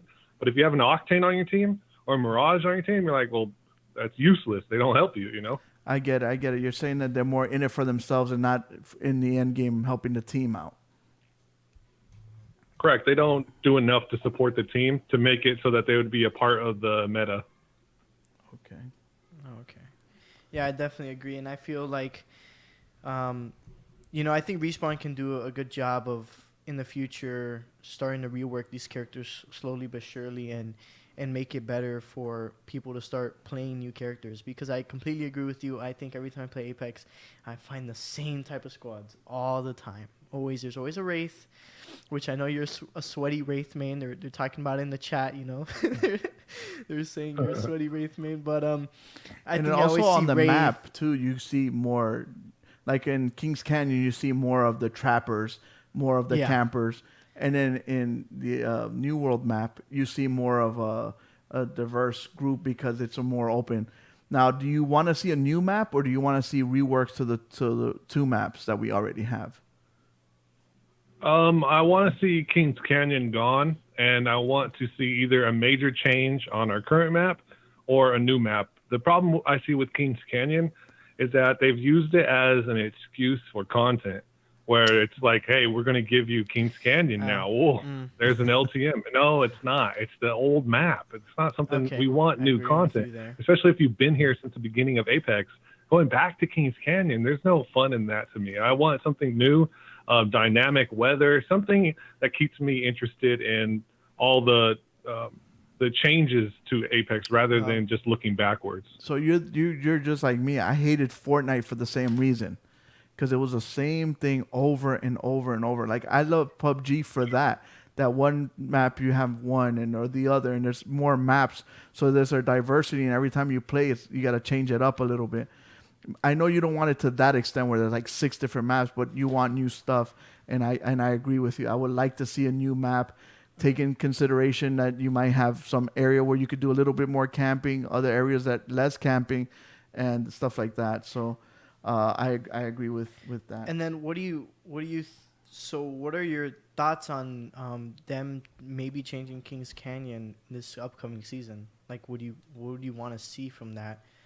Because in my opinion, I think Kings Canyon, since Apex is kind of, everybody wanted Titanfall 3, right? They basically got a bunch of assets from Titanfall, in my opinion, and just stuck it on a big map. And they're like, this is our Apex map. So Kings Canyon, this is boom. There's a bunch of Titanfall pieces in there, and that's our map. Well, it's a game that came out like, hey, it's out today. Yeah, and everybody jumped on. It was very out of the blue. Blew up, which I'm glad. And I think that's why a lot of people don't like Kings Canyon, because they didn't think about it very well, like they did World's Edge, while they had a long time to think about it and think it through. They had more money too. Oh, yeah, more support. So what what do you think, Ailu? Well, how could they fix Kings Canyon? You know how? No, he how said can they he don't change want it? to fix it. He says he wants Don't a want new to one. fix it. Okay, what do you think about them even changing it with this? I like the whole weather dynamic thing. with the thing. And that would be awesome if it would change the game up with different weather effects and stuff, snow, rain. I've never things thought like of that that. when you said it. Was pretty cool. What about Yeah, I was vehicles thinking- or adding the amount of players and changing from? Oh my god. Would you like a four? I know Prodigy doesn't. I would love a 4-man squad. I think that would help with changing the meta a lot because you could have more support classes and hopefully they could do the spawn beacon thing where where crypto can hack into it and stuff like that. So I think that would change the game up a lot. Well, one of the big issues I see with Kings Canyon, and it's not that I hate the map of Kings Canyon. It's just that I feel like the rotations are so set. Everyone knows how to move. We've all learned Kings Canyon if you're from season 1. Mm-hmm. So it kind of gets boring. And then the third parties are really bad because the map is smaller. It's easy to rotate on. And in the end, all it comes down to for me is new content. So if they can do something drastic to Kings Canyon that makes it way different, then I'm okay with that. But I would way prefer just a brand new place to play, Yeah. I agree with that. And the whole day and night thing, would you want to see that cycle in in New World and the new map? World's Edge. Yeah, I would love to see that. I think that if you're playing at nighttime and it starts to darken a little bit, we don't want it to be like the Kings Canyon after dark, because that was a little bit annoying. But if it just goes to dust, or we get just a slight effect with the sun moving through the sky. And then we get a little bit of a nighttime, and then maybe we get some rain or maybe additional fog or something. Just something that for those people who are grinding for 6 hours at a time and they're streaming, you don't want to see the same thing over and over. You want to see something different. You want your eyes to be interested for a very long time. Yeah. And it also changes everything up too, because if you got fog all of a sudden, and if you have the the gold sight on it, then you have an advantage over the ones that don't. So you got to kind of plan ahead or not plan ahead, and that'll change the game up a lot too. I understand where you're coming from when you play the same game over and over and over and over. Like I love Apex. I play it a lot, but I don't play it enough to that extent. My brother plays it a lot. And sometimes we're dropping hills. I know where the circle's going to end up, and I know what this is going to happen. I'm like, dude, that kind of kills it for you, I feel. So I think if they can do, like you said, add new content, I think that would help the game. And plus, right now, Respawn's the one that's backpacking EA. So I think it's either that or EA might go down. Mm-hmm. So I agree with EA being backpacked by Respawn right now. So if you could create your own character, your own legend, how would you create them? Oh, man, that is such a hard question. Definitely with the personality of Mirage, but with the hitbox of Wraith. I love the Super fact legend. that Wraith has the ability to get out of fights. So I value that ability. Just like the grapple, I value the ability to get out of fights more than anything. So I would definitely want something that would let you get out of fights quick. Like this teleport ability that we're going to see with Loba is just what I'm looking for. I might have to main Loba. We'll have to see exactly how good Loba is. But I don't know. I like something that supports the whole team too. Something. Mm-hmm. Yeah, because those are kind of selfish with the things you're saying right now. He's great minds think alike. I don't know what you're talking about. I'm maining Loba, but for a totally different reason.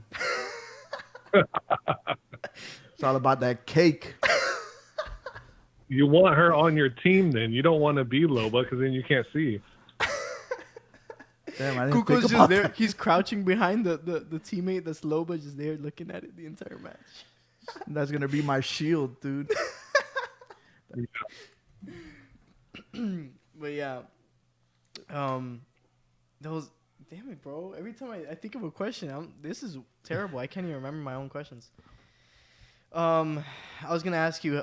So you've been playing Apex since day one, right? Not day one, but since season 1. They had a season 0. I wasn't in that.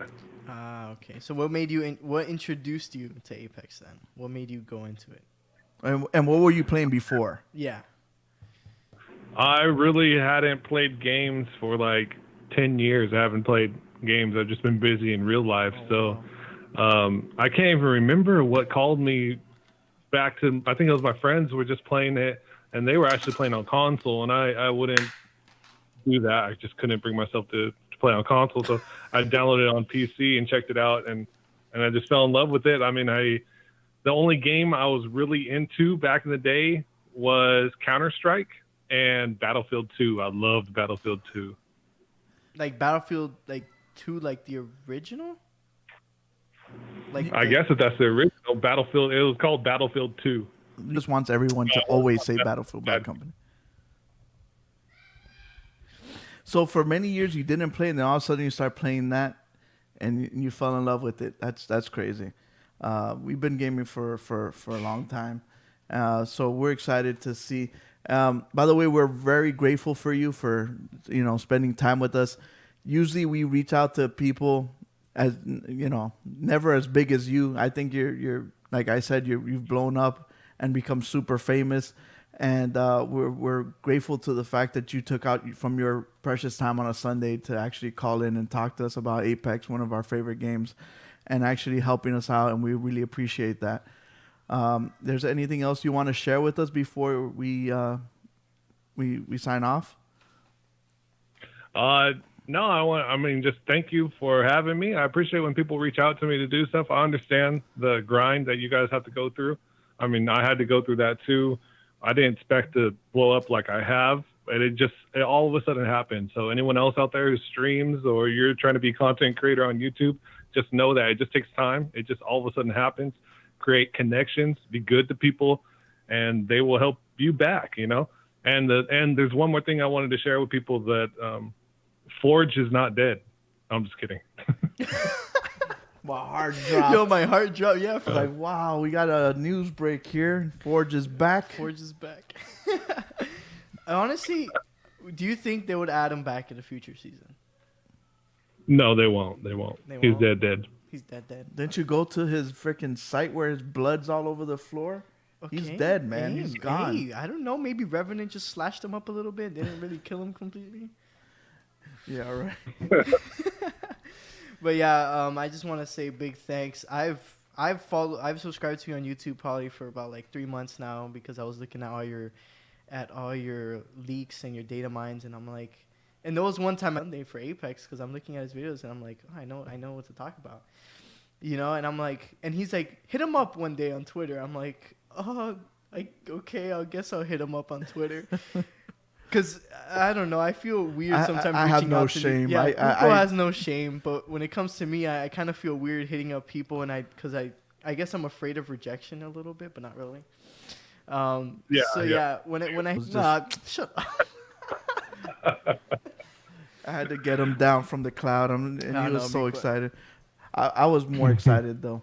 And like you said, we've been grinding for a long time, it's very hard for us to get any exposure because there's millions of other video game talk shows out there.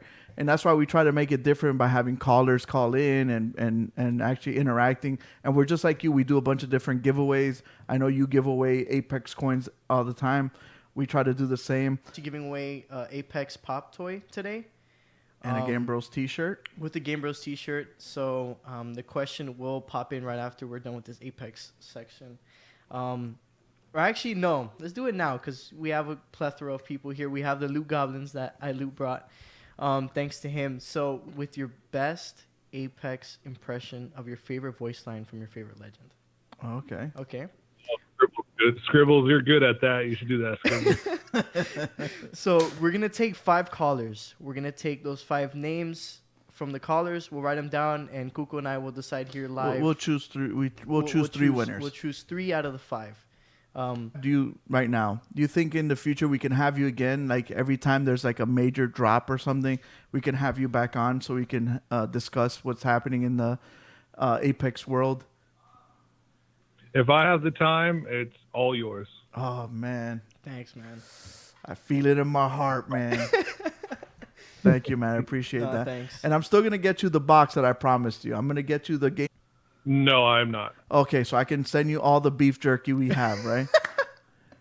Of course, yeah. Yeah, we get beef jerky from a company called Game On Snacks.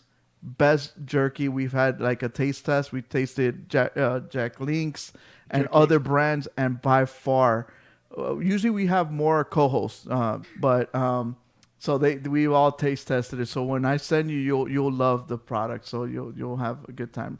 One time I sent it to a girl and she's like, "I'm vegan." I'm like, "Damn, why didn't you tell me before I sent you all the jerky?" So thank you again. Thanks for helping us out in the chat and bringing all your Loot goblins. Loot goblins. Hopefully they could become Game Broskis too. And thank you for calling in, man. We really appreciate it. Yeah, means a lot. Right, no problem. I know you've been raving about him for a while. Yeah. Because he drops everything when it's there on spot. He's very consistent And it's on with his point stuff. too. So Yeah. So.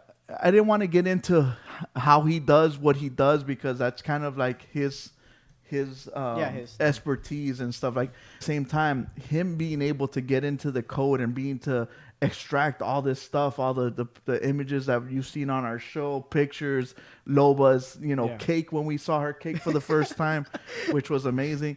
So like we said before, go to his Instagram, go to his Twitter, go to YouTube and Twitch and follow him. On all his social media, I think is iLoot Games, right? So it's very easy to find. We thank him for calling in and being in the chat as well. That was awesome. Yeah. So right now we're gonna take 5 callers that want to call in. Let me put in. Who is what, Prodigy? All they have to do is do their favorite voice line from their favorite legend. Try to do the best one as you can. We're gonna be giving away 3 Apex Legends Pop Toys with a little bit of some GameBros shirts.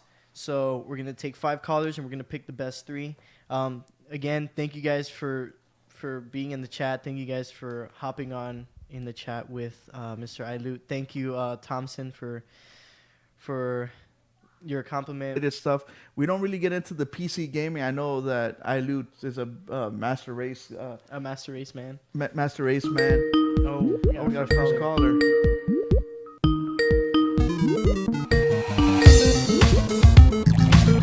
Yo, what's up? Welcome to Bros. Hey, this is Optimus. I'm watching it. Oh, what's up, man? What's up? So you ready? I'll try a caustic. Okay. That's it. We haven't heard that one before on the show, so interesting.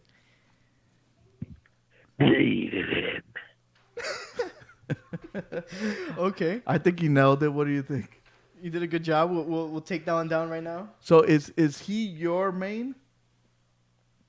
No, he's not my main. It's just no Revenant's my main. Oh yeah, I agree. I don't really use his silence ability. It's just the totem super clutch. Do you think though giving him those 2 silences were a good thing? It really didn't do much in my opinion. Yeah, I don't even know what to say if it was a good thing or a bad thing. I don't think it really benefited him much more. All right. But his super, in my opinion, that is. His super got, or Watson putting down her little defensive thing. Yeah. I think that's huge. Okay. And thank you for calling in, man. We appreciate it. Yeah, no problem. All right, man. Have a good night. All right. So we got so Apex. We can see that it's been stirring up a lot of fans and a lot of people are playing it. I'm glad that it did, and the way the community grew in such a time. I've always told you this. I think Apex will bring creative and love the game for its characters that you play with. Yeah, and like iLoot Games, he believes what I believe. Don't make the game worse by nerfing people. I think that's terrible. I hate it when they do that in Rainbow when like my boy Legion all of a sudden, now he's worse than he is before. Yeah. No, make the other people better so they pick them instead of him. Yeah. That's my thinking behind the whole. I think there's certain times that nerf is good. Like if a weapon is too overpowering, okay, nerf that. That makes sense. Done a good job with balancing that way. Yeah, and we've seen it. They gave the little lifeline buff with the supply crate. They gave the Revenant buff with his totem being able for you to come back with 50 health instead of. I think that minimum. Was to me because I didn't like the fact that you put the gem down, you touch, you get killed, and right when you get revived again, they shoot you once and you're dead again. Mm-hmm. So I like the fact that you come back with half shield and half health. But yeah, so moving on so with we'll more news. I guess we'll move on to a bit more Battle Royale news. But again, you guys can if you could follow us on Instagram, that way I could DM you, or on Twitter, and just message us so we can get your address so we can ship you your stuff. Don't be scared. We buy it at the right reasons. Oh, whoa. We're not talking about Loba cake, are we? No. Maybe. So another battle royale news. That's why I'm the producer / seducer. I'm kidding. Okay. Here, get your mouse back. Give me my reins back. Yeah, sorry, I'm over here doing the wrong thing. It's okay. Data pack that you guys had to download because of the new update. Yeah. So basically, the biggest thing is they took out bounties from the game. They took out bounties, the contracts, right? And opened them, the different crates. But yeah, so the reason that we're talking about this is because I don't know what you think about them removing this. They said it wasn't really a good thing that they pinged people across the map or something, a live ping bounty contracts, because that's why they liked the fact that the contracts were in there before. Oh yes. So they disliked the fact that they got rid of them. I can see both sides of the. I also like the fact that I used to like when I got pinged. I'm like, come get this. I'm waiting for you. We used to set up traps for them. Yeah, that's what the community said. It's a risk reward thing. So you can then get your loadout drop. So Yeah. I thought it was a great idea. Oh, something that we didn't cover I saw an article where they talked about the Loba thing, that if that was like a leak for a Gulag style. Oh yes. And I forgot to ask Alu Games about. There you go. That was my question. Number one question, because I wanted to get proven right, but I guess I got like an undefined. And then I wanted to ask him about if Apex would ever add a Gulag. Chubby cheeks. Hey, what's up? Okay, so my son wants to do his Lifeline impression. Okay. Go for it. You'll never Miss, we're gonna have to move you down to that number 2 spot. Now, question is Lifeline your main? Yes. Yes, it is. Does he agree with Ilu Games with Lifeline? Is pointless. Ooh, it gives away enemy, it gives away your location, and so we're over here. Yeah. Yeah, I feel like her loot sometimes is kind of like when you go to the trials and you just fight the circle, gotta go to where you gotta go, and you waste all that time and you got no shield. And then that's the thing. Her things are so like you never know what you're gonna get. Sometimes you just get like a knock for a gun you can't even put it on. Exactly. So Lifeline's your favorite character. What are your favorite weapons? What's your loadout? Because I have mine and I know Prodigy has his, and we're like, what's this? And the flat line. What? Oh, that's it. But I'll also take a Prowler with a select fire. That's Kuko's loadout. Me. That is Kuko's dream. Are you loadout married? Right. So now, do you game with your son?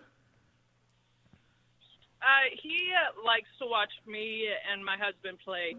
We do. That's awesome.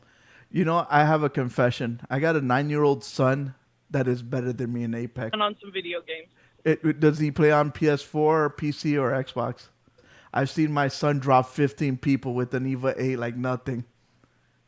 Oh my goodness, that would be incredible. What's your name? If you could follow us on Instagram or on Twitter, so we can get your address so we can ship your stuff. That would be great. Yeah. All right, awesome. Second, because I'm glad that without them knowing, they use their gamer tags, and that's something we always done from the beginning. We know names from when they call in, like say, hey, this is Kuko from Miami, or this is Optimus from Connecticut or New York. So kind of poop. It's probably why they're saying that that's why we're buffering like crazy on YouTube and Twitch. Sadly, we will take off this Warzone poop. Yeah. Just kidding. Well, actually, maybe going through the roof. We don't know why. Sorry, guys, for that. If you guys can understand this, even though we are buffering and you can't. We got Canadian, eh? Oh, I'm sorry. You know what the funny part is that I know Canada and hockey. I know it's like a stereotype, but I love hockey. Hockey is like one of my others, therefore, and so on. So, yeah, so Warzone, you happy about this change yourself? bad as well. Completely fine. You should get rewarded. So I think that I would see if you got ping and you ping, then they tell you, hey, right on the screen, huge says, hey, you're. So. Mr. Deadhead also says we gotta calm down. He's not the only Canuck in the chat. Part of Canada. Yeah. Vancouver Canucks, one of our best goalies of all time for the Florida Panthers. Hockey talk. No, we're not going to go into sports. This is not GameBros from 2013. You remember that? Back in the day? Remember, I had no... We're going to wipe our studio PC and reboot everything, and we're going to have this show running smooth as it used to. Oh, what games we've been playing. You guys been playing Apex. Now we want to show you some of the games that are coming out this week for console, so you guys could check it out. You forgot to... What?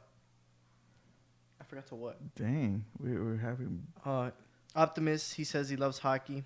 He also said he rewinded it a bit so it doesn't buffer. Okay. We open spots for the callers, so if you guys do want to call in, don't worry, the call's not as laggy as the stream, trust. Yeah. But it'll be for the entire month, which is games with gold. We have 1,000. And then you have some soccer game. Oh yeah, the amazing soccer managing game, which I knew you weren't.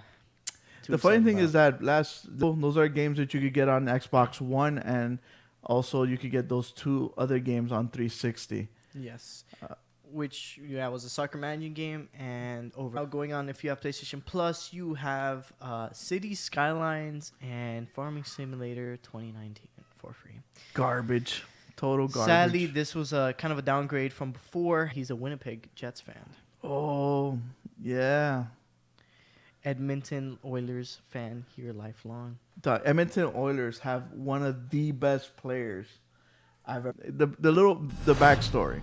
So the reason I like hockey was because when I was younger, I had an NHL game. And in that NHL game, these are my new teams. These are the teams that I like. One's on one conference and the other one's on the other, so I can have a team on each side. At the time, the Florida Panthers did not exist. So then fast forward. So I would love for McDavid to come to... He's never going to come to the Penguins because they're kind of stacked already with Sid and see, we turned it into hockey talk, bro. Yeah, you turned it into hockey talk, not me. But yeah, we're gonna continue with the next game. Just tell him, Hitman's coming. Hitman's coming. yeah. So John Wick Hex. No, but that's the last one. I told you, I'm putting. We'll replace zombies with internet. Yes. That's why we're off our game. Yes, that's why we're off our game. We're kind of pissed that the internet's taking a zombies crap. Zombies out for PlayStation. Yeah. And the Vita before. So yeah, you guys can go pick that up on the 6th of this week. Games are coming out this week, right? Dude. You don't have any heavy hitters. We're dying to get a Series X and a PlayStation 4 to play. It always overrules graphics, but we're over here talking about 14 terabytes and this and that. So I think if they can run on the week coming out on PS4 and it's already Switch. Out on Xbox and it's finally coming to PlayStation and Switch. I think it looks amazing. It's got this improving yourself and keep advancing. If you guys get a chance, you guys should check this game out. Try it, Gunther. Come on, you could face your stage fright, man. All you got just call in. Yeah, Brittany, that is enough. Sitting down, you call us in. No one else is gonna know who you are, where you live, anything. Good, so you're good, man. So yeah, after that game, you get Emma's Lost Memories. Vita games. I look for any game that's coming out and oh, how come we don't hear it? Did you lower the volume? No, did I? You might have somehow. Hello, caller.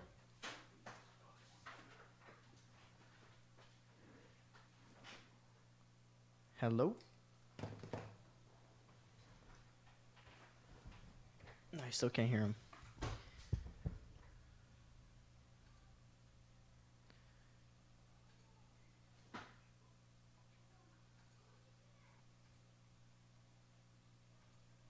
Give us 1 second, guys.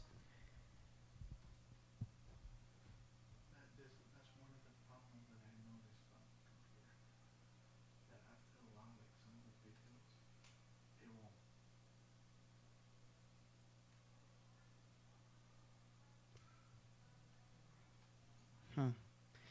Now it seems like we're having problems with our call-in thing. Having them now. No, Gunter, we couldn't hear you. We're so sorry about that.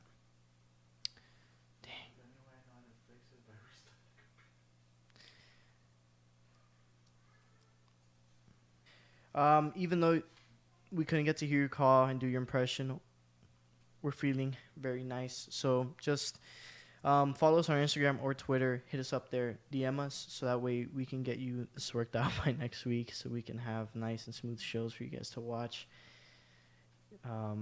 So yeah, these are definitely hiccups that sadly Wolf is. This is some bull crap. But yeah.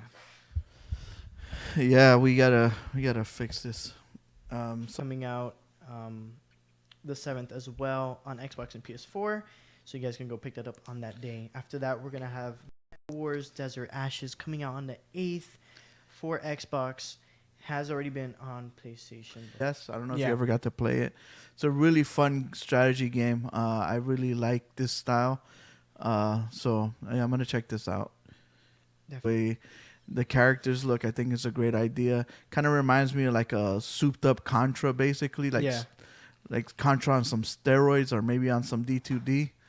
And they're forward to playing these 4-player co-op games. Yes. Wait, sorry, I was responding to Gunther. Yeah, you can DM us on our Instagram or Twitter, both GameBros _. This game is basically a mashup of a bunch of games that you know and love as a gamer. So you could pick different style of games, side scrollers, top downs. Like you got Zelda wannabes over here. You got RPGs. You even got a couple of games that look like Metal Gear. Yeah, that's why it's called Super Mash, a mash of everything. And you look at the except there's one more. Oh, John Wick Hex. Yes, we went over this one. This is gonna be coming out. What's it called? Like a time. It's a strategy game that it's based around time. Yeah. Timed, yeah. So it's got that Hitman Go vibe or the Tomb Raider Go. You play like that. Mm-hmm. I'm excited for you. So yeah. That is going to be it for the show stream, which we will flesh out all of this craziness that's going on for sure, so we can have a nice smooth show. So make sure to send out a thanks to iLoot Games for tuning in, and thanks Loot Goblins for coming in as well into our chat. And you guys are more than welcome to stay and also join the Game Broskies family. Live in your world, playing ours. Game Bros, peace.